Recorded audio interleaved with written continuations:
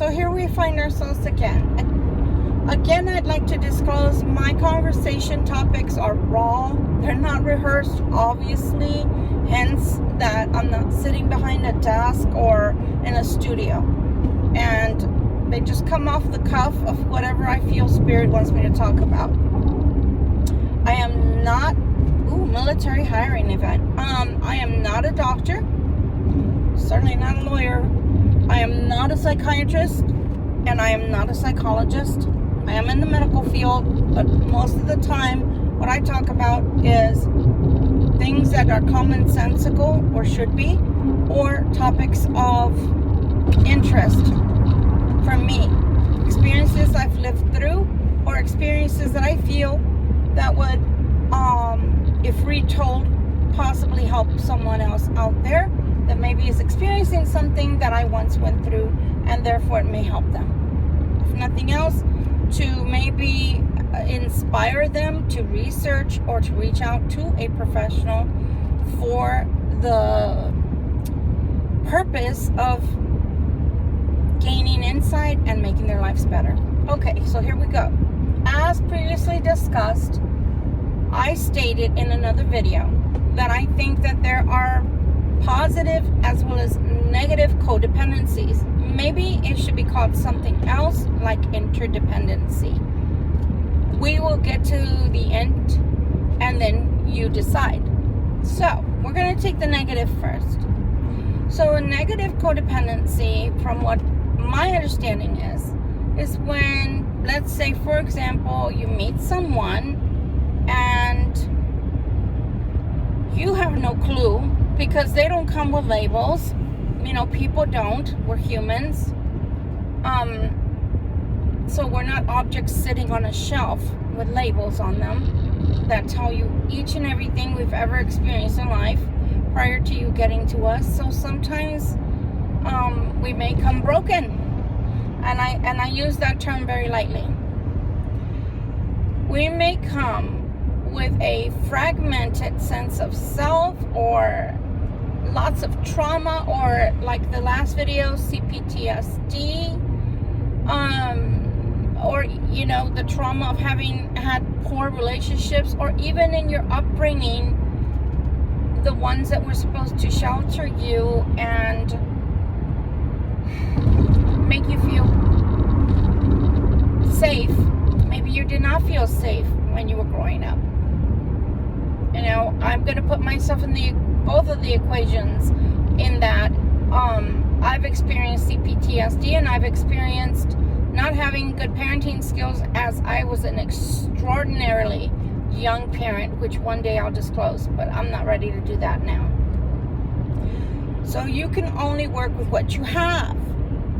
But then, for the majority of those people out there, even though we live in the year 2024, many are still, one, ignorant that there is a such thing as a psychologist couch, that you can go sit on and pour your heart out and talk about traumas that occurred in your life, whether as an adult or child, and work those things out. The other thing that I would like to disclose is that my upbringing was extraordinarily dysfunctional. So I have gone and sat on a psychologist couch, prior, in my much younger years, when I was approximately 30. I sat there for 13 years, So it's not like I'm sitting here trying to diagnose anyone. I'm simply stating that if you want the help and you're ready, and that's the key word, if you're ready to get help, to try to get down to the root of the cause of your trauma, whether it was, again, in your early years as a child or as an adult. And I have, as well as, the other video, I've disclosed that for me, because you have to understand this, I've not only been through a lot, but I've seen a lot. So I was an educator from 1998 to 2015, in which I've had many a training. And then I also worked in a psychologist group, clinic-wise, where I have also had the pleasure of not only serving, in school, serving for the population of alternative high school, but also serving for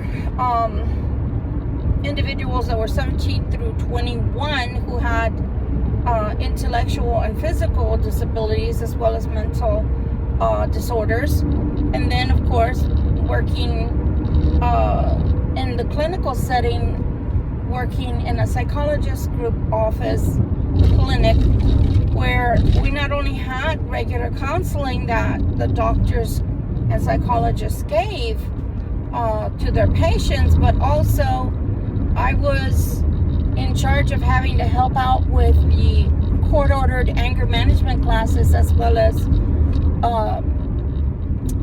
for the AA. Oh, I forgot this lane is closed. I keep forgetting this ramp is closed. As well as the anger management and the AA that was court-ordered. So I've seen a lot in my time. And it's just chalking it up to experience of the things that I've seen. I've also, again, I am not a psychologist, I'm not a psychiatrist, I am not a medical doctor, but I have also served as a peer-to-peer counselor for mental health. Anyway, so you can meet people, right? You can meet people. And in meeting them, you form a connection, right? And before you know it, certain things start happening. You start seeing signs and symptoms of things that are not necessarily right, not necessarily things that you'd like to see in a healthy relationship. You can have a person that acts out when things get rough. You can have someone that's argumentative, that gets abusive, gets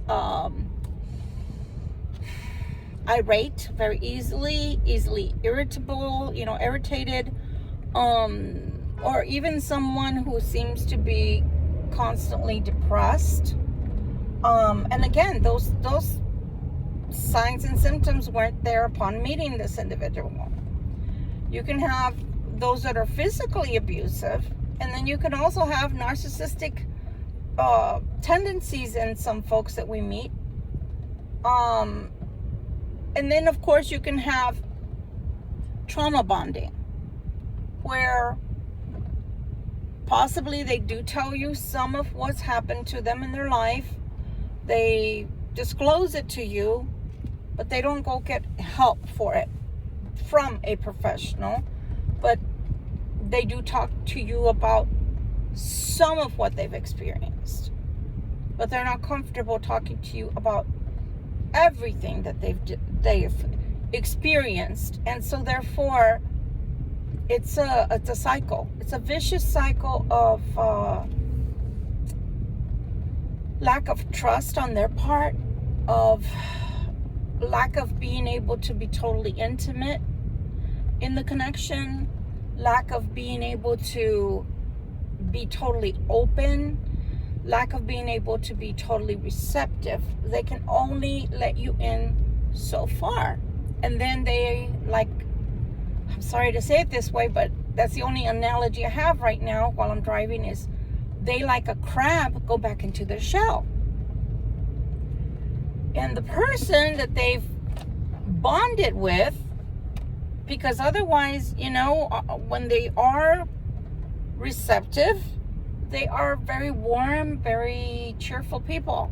So they may even be charismatic. And so you kind of bond with them. and then you form a trauma bond. Because on the one hand, you're such a good person that you don't want to just release them and say, well, that's their problem. They have these issues. And so probably they've even told you something like, I've been in relationships before and they just didn't understand and they just weren't patient. Okay.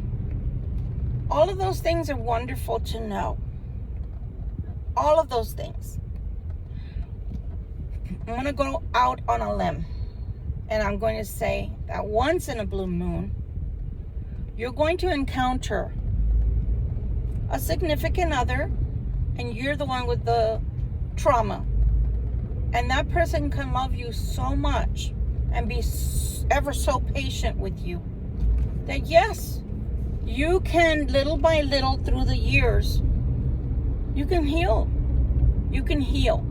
Because you feel the understanding, you sense that this person is loving you, and you finally feel the level of comfort to open yourself up like a flower and allow your petals to just spring forth in beauty and splendor, and you can let your significant other in. You can let them in so that they can understand you more and more, and talking it out, and that person can help you. I said help you. I didn't say heal you. I said help you in the healing process. Sometimes once in a blue moon, that can happen. Like they say, miracles can happen. But that's the exception to the rule. That's not the norm. Okay? The norm is that no matter how uncomfortable, no matter how upsetting, no matter how embarrassing, that you'd want to go to a medical professional who's licensed to practice and who is experienced because they've been taught listening skills. They've been taught how to deal with your circumstance as it enveloped and developed for you. They've been taught through schooling how to help you with coping skills. And my psychologist, and let me tell you, sometimes it takes a couple of tries. The second psychologist that I worked with, he was awesome. And the reason I can say that is because he didn't just listen to me. And you watch these scenarios on the movies and they're blah blah blah for a whole hour, and you just see the one side, the person's just talking and talking, and the other person's just writing and not doing anything, right? It wasn't like that.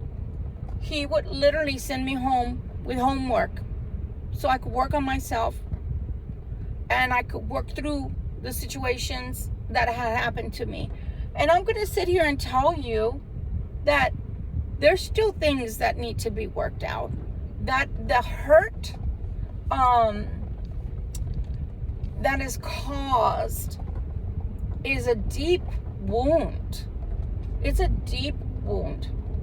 And it may never fully heal, but if you work at it and chip away at it, you can have a life that is not a trauma bonding life with your mate. You can have a life where you're getting healthier as you go along through keeping your appointments and through talking things out and to remaining open and receptive. And on the other side, if you do end up with this person, whether by girlfriend, boyfriend, or marriage, you need to be patient enough to help those people to want to help themselves. I hope that was understandable. If you're receptive, open, honest, and loving, kind, you may never have experienced anything like that, but they have. If you can nudge them gently, giving them information and letting them figure out whether they want to go get the help and are ready to talk about it or not, so it can be finally put away in that box in the right way, like a file, right? Yeah, okay. Like medical history, right? Okay, this happened to me when I was 10. I broke my arm. Which arm? My right arm. Okay. Does it bother you now? No, not really. Once in a while, the arthritis is there. Oh, okay. Do you understand what I'm saying? So, yeah, I broke my arm a long time ago. Once in a blue moon, the arthritis hurts. The issues hurt. They bother you once in a blue moon. But it's no longer on a daily basis to where you can't form healthy relationships and keep those relationships. Okay? It's no longer a trauma bond. Okay? So the other, caveat to that, though, is that they have to want to get the help. You can only do so much. You cannot heal the person. You cannot force the person. You cannot do the healing for them. You cannot do the work for them. They must want to do the work, either because they love you enough to do the work, or because they somehow find a way to love themselves enough to do the work. I didn't realize, again, using myself as an example, I didn't realize how traumatic my childhood and my upbringing was. I didn't realize how dysfunctional of a family unit I lived in. And one day you guys will know all my story, because I plan on writing my book, but it was bad.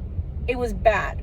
All the way up to, I think it was about, I was about 35 when I was going, to my last bits of my therapy, and decided to separate from all of my family. I don't recommend this. I'm not recommending this. But that's what it took for me to finally get healthy. That's what it took for me to finally love myself, put myself first, and finally be able to live a functional life without the family. And I'm talking about, I had to let go about 50 or so people. And it hurt. But I'll tell you that ever since, when I don't see them, it's been 25, almost 30 years. When I don't see them, I'm in a great amount of peace. When I happen to see them here and there, it creates a great distress within me, and then I end up having to separate from them all over again. So I think that went on like the first maybe 5 years, the first 10 years, on and off. And then I finally decided, because again, you once you start getting healthy, you start recognizing that you can't be around people that are dysfunctional, because one, they don't understand they're being dysfunctional, because they think they're doing everything right and you're the dysfunctional one. And two, since they're not aware that they're being dysfunctional, they cannot help it. They're just dysfunctional, and you're just not going to be able to talk that one off the wall, off the edge, off the ledge. Just leave them alone. And so it has been an experience for me, not to be able to be with my biological family. I love them, but I can't be near them. They're so toxic. So anyway, you have to want to help yourself. If you don't want to help yourself, then don't. This is not a force, and this is not anything but a recommendation, or just a conversation for those that may be experiencing something similar, or know of people that are with others that have trauma bonding and codependency of that type. Now for the other part, because it's already been almost 20 minutes and we've been talking about the negative aspects of all of this. And I've already given a lot of food for thought as to how you can go about changing those dynamics within the relationship, if you find that this is somebody worth keeping in your life, and vice versa. The other thing is, I do believe heavily on going to your priest, your pastor, your reverend, someone like me even. I've been counseling people for 30 years, and while I may not be credentialed, again, this is a spiritual, and I am a reverend. This is a spiritual path that you're finding yourself on if you're listening to me, or if you find yourself to have some kind of affinity to all the conversations that I broach on my channel. Other than that, you're welcome to, go to whomever you feel is going to maybe be of some help or assistance. Now, hopefully that siren that I heard isn't coming through here, because the traffic's not moving very well, as you can see. I've just wasted like maybe 10 minutes sitting in this traffic, and all I'm trying to do is a U-turn.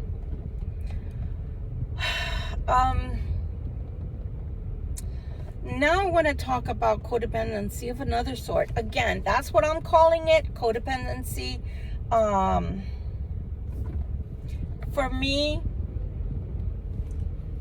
I don't know.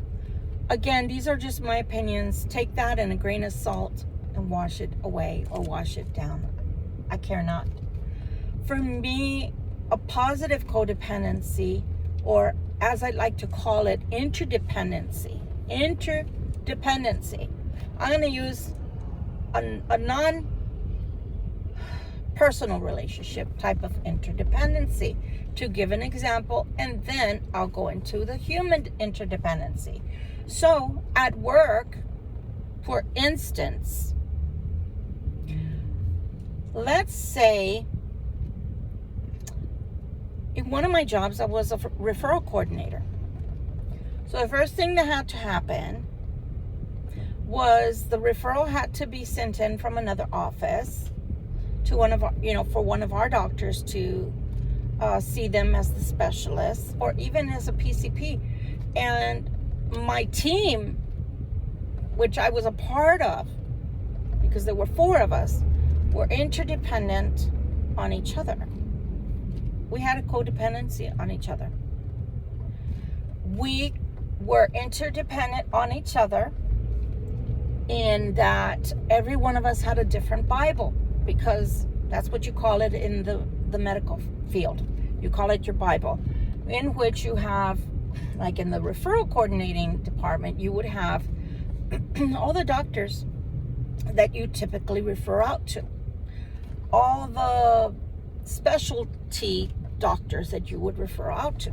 And as a team, you weren't working alone, or should I say you were working alone on certain parts of your task, but you were not working alone in that if you couldn't, because some specialties are harder to get your patients into.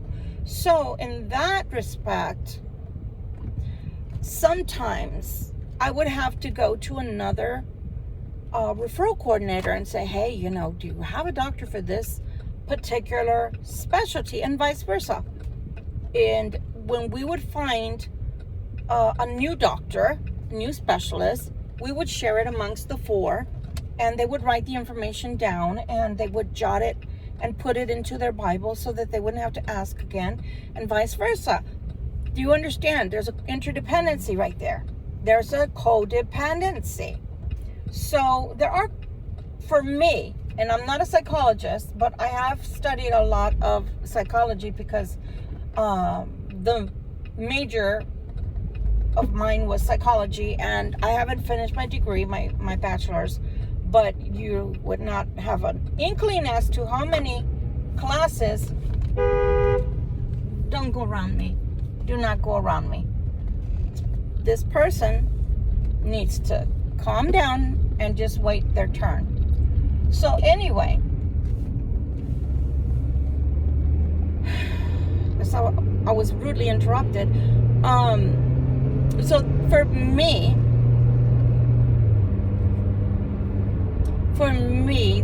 there are relationships, because that's a relationship of sorts. It may not be a personal as in private relationship, but you still have to work with people.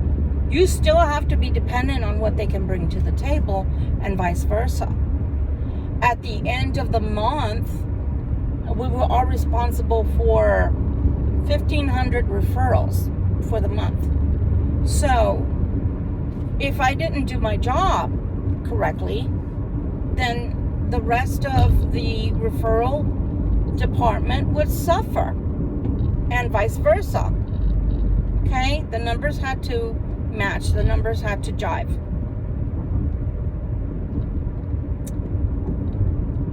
And all the referrals had to be accountable. They all had to be accounted for. So we had to depend on each other in order to get the job done and get it done correctly, and for all the work to get done in a timely manner.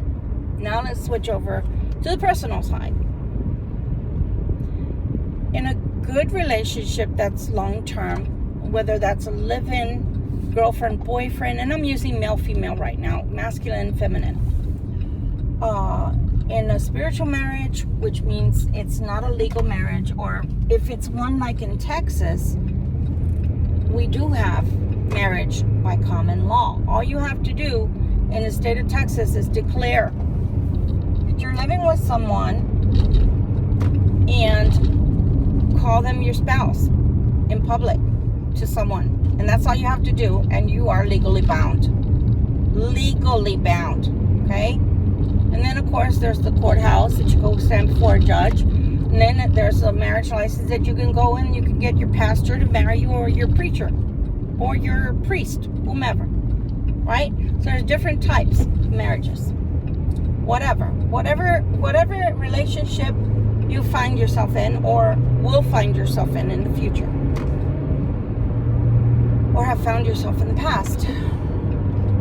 The point is, when you have a positive, healthy relationship, you will have to depend on that person.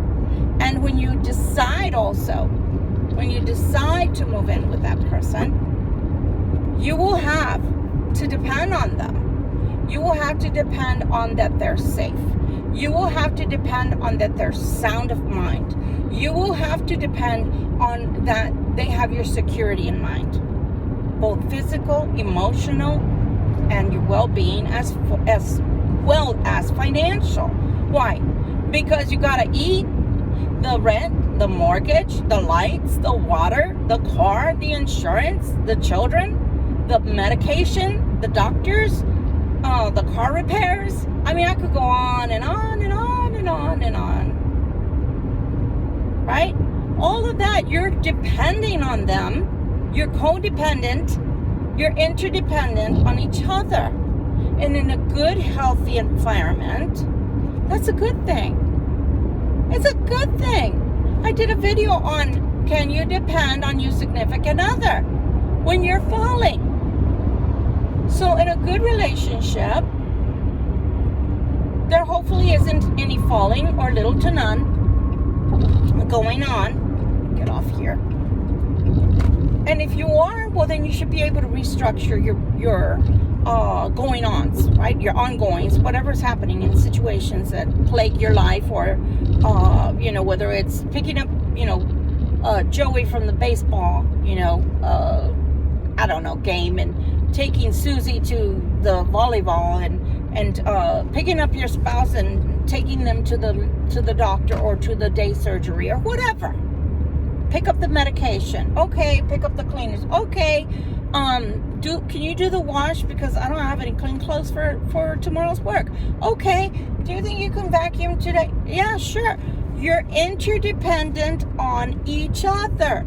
You trust, when you have a healthy relationship, that the other person is accountable, that holds themselves accountable, and that you can depend on them to do what needs to be done for the good of the relationship, for the good of the household, for the good of the children, whatever. Even grandma. It's grandma's birthday coming up. Did you get grandma something? Yeah, I did. Okay, great, because I forgot. Okay? Did you clean the dishes? Did you take the dog out? The dog has been barking and scratching at the door for hours. Can you take that? It's an interdependency. My car's broken. It's okay. Take mine. I don't work tomorrow. It's okay. I'll drive you and then I'll drive to work. I'll let them know I'm coming in a little bit late due to our car problem. Do you understand what I'm saying? So to me, I don't buy you should never be codependent upon anybody. That's just sick. That is bonding to the point to where you're not happy, and you shouldn't be in a relationship where the other person has to make you happy. We're not talking about that kind of relationship. We're talking about the good squishy ones and the ones that mature into good squishy friendships that are long lasting. That's your best friend. That's your best friend that you're bonding with. That's the one that when your hip is broken, when you're 90 and you got one foot in the grave, sorry grandma, grandpa, that person is there. You're dependent on that person not going anywhere. That they're going to love you for the rest of their lives. They're going to take care of you like a best friend, and that you will not have to grow old by yourself because you're growing old with your best friend. And that when the sex is gone, you can be dependent upon that person. You can bet that person is still going to love you because you're that best friend that they've been with so long that they don't want anybody but you in their life, and they wouldn't have it any other way. Why do you think so many spouses that have been together 10, 20, 30, 40, 50, 60 years, and I did say 60 because some people marry at the age of 15, 16, that they die shortly after one of them dies. The other one dies shortly after. Because they have bonded. They've grown codependent on that person, interdependent.